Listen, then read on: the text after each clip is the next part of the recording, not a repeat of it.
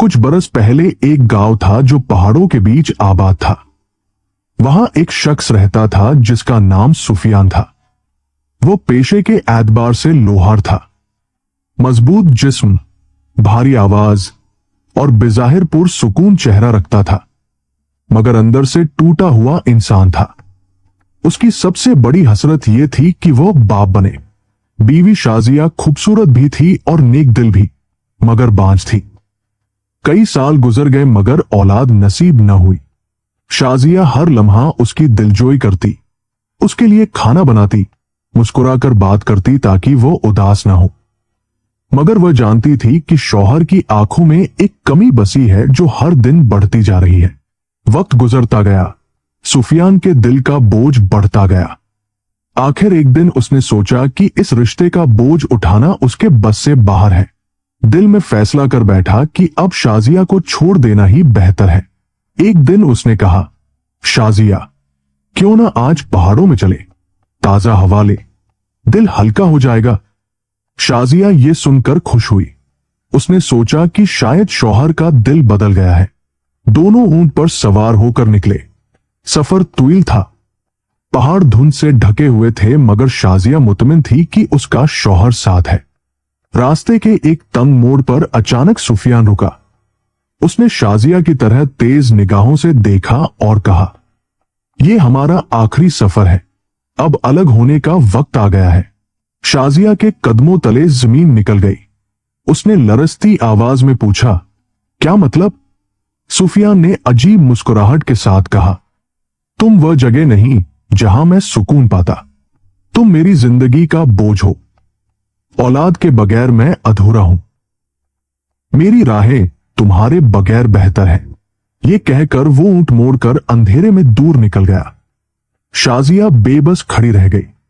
पहाड़ों की खामोशी और सर्द हवा ने उसके दिल पर जख्मों की परछाइयां गहरी कर दी।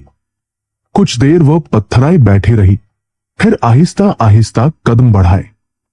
उसने सोचा कि अगर एक दरवाजा बंद हो गया है तो रब कोई दूसरा खोलेगा।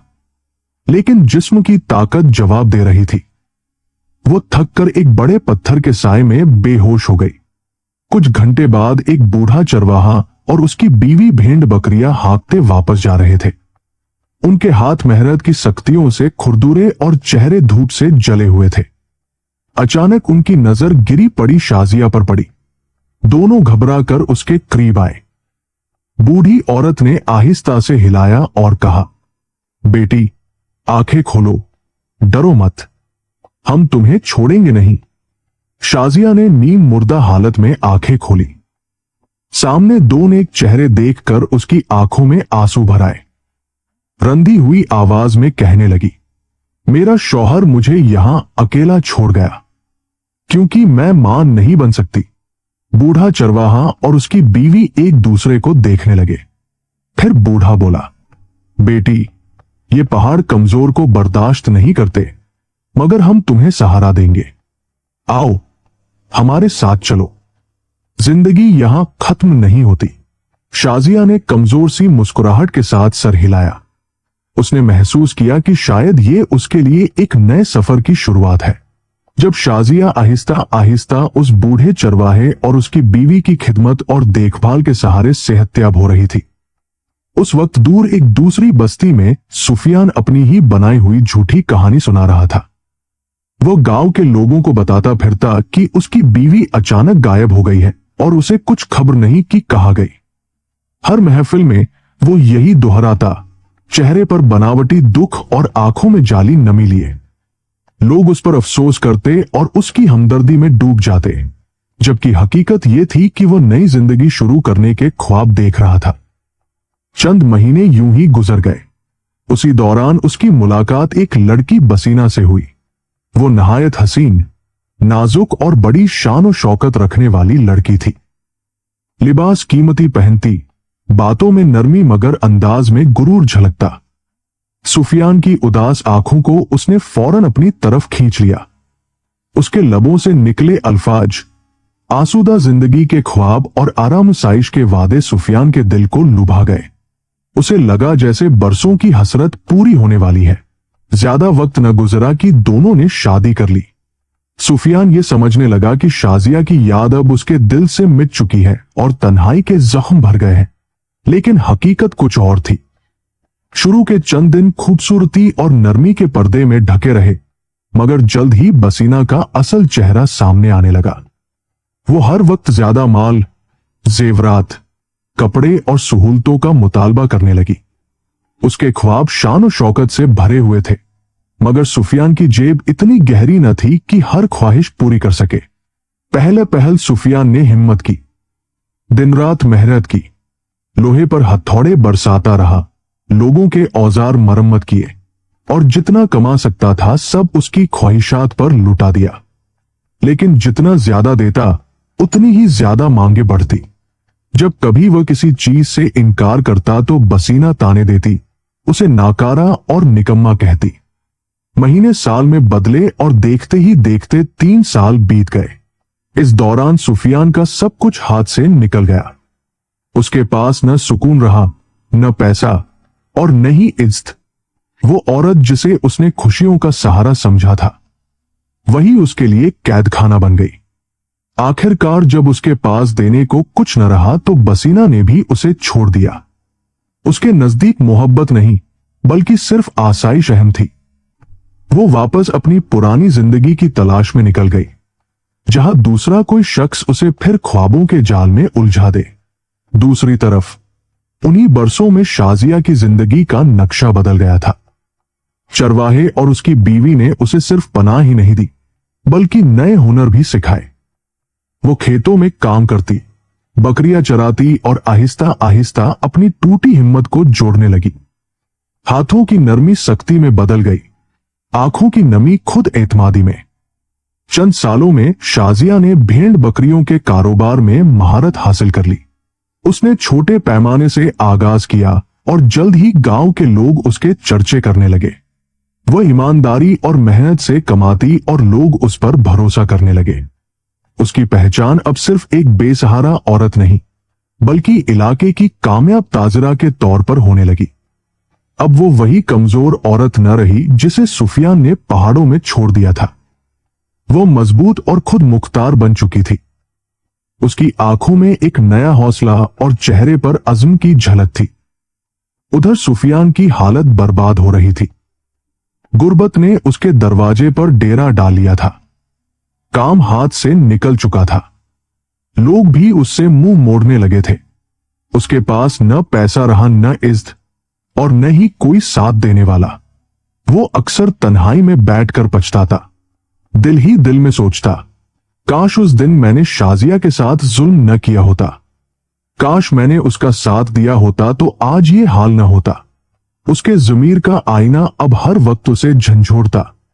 वह जान गया था कि उस पर आने वाला ये ज़वाल दरअसल उस जुल्म की सजा है जो उसने शाजिया पर ढाया था। अब सुफियान की जिंदगी एक टूटे हुए ख्वाब की मानंद थी। वो एक पुराने कच्चे मकान में रहता, जहां न उम्मीद की कोई करन थी, न खुशी की कोई रमक। दिन रात बस यही सोचता रहता कि किस तरह दोबारा अपने मुकाम पर वापस पहुंच जाए। मगर किस्मत ने जैसे उससे मुंह मोड़ लिया था। वो जानता था कि जो कुछ उसने खो दिया है वो कभी वापस नहीं आएगा। उधर शाजिया अब अपनी माजी की यादों पर हंस लेती। वो दिन जब उसने सोचा था कि उसकी जिंदगी खत्म हो गई है, अब मर्ज एक धुंधला साया लगते। उसने सब्र और मेहनत के साथ अपनी तकदीर खुद लिखी थी।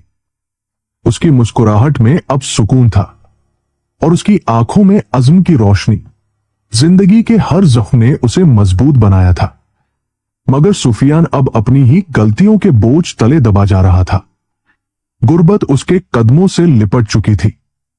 अब वह किसी लोहार की दुकान का मालिक नहीं रहा था, बल्कि गांव के एक ताजर के पास मामूली मजदूरी करता था।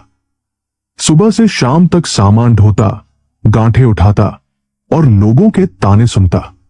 वही हाथ जो कभी लोहे पर हथौड़ा बरसाकर बड़े बड़े औजार और हथियार बनाते थे, अब बोझ उठाने के लिए इस्तेमाल होते। बाजार में जब वह बोझ लादे फिरता तो लोग उसे तरस भरी निगाहों से देखते। कुछ तो हंसी उड़ाते, कुछ नफरत से मुंह मोड़ लेते। वो अकेला खड़ा अपने दिल का दर्द छिपाने की कोशिश करता, मगर अंदर ही अंदर जानता था कि ये सब कुछ उसके अपने फैसलों की सजा है। एक दिन बाजार के बीच भीड़ में उसकी नजर एक औरत पर पड़ी। वो भेड़ बकरियां लेकर आ रही थी। उसकी पेशानी पर एतमाद झलक रहा था, उसकी चाल में वकार था और उसके चेहरे पर एक सुकून। सुफियान की सांस रुक सी गई। ये औरत कोई और नहीं बल्कि शाजिया थी, वही शाजिया जिसे वो पहाड़ों में तन्हा छोड़ आया था। मगर अब वो पहले वाली बेबस औरत न थी। उसके अंदाज में ताकत थी, उसकी आंखों में रोशनी थी और उसके कदमों में जमीन का एतमाद। सुफियान की आंखें नम हो गई।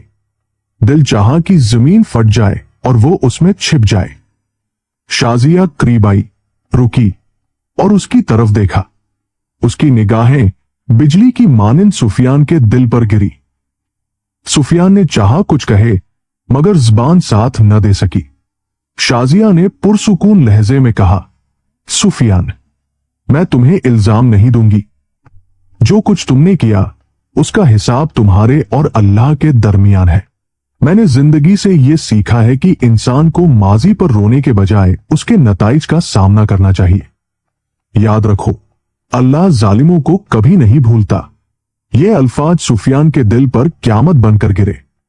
वो जानता था कि यही वो सजा है जिसका वो बरसों से मुंतजिर था। उसकी आंखों में आंसू तैरने लगे मगर वो बोल न सका।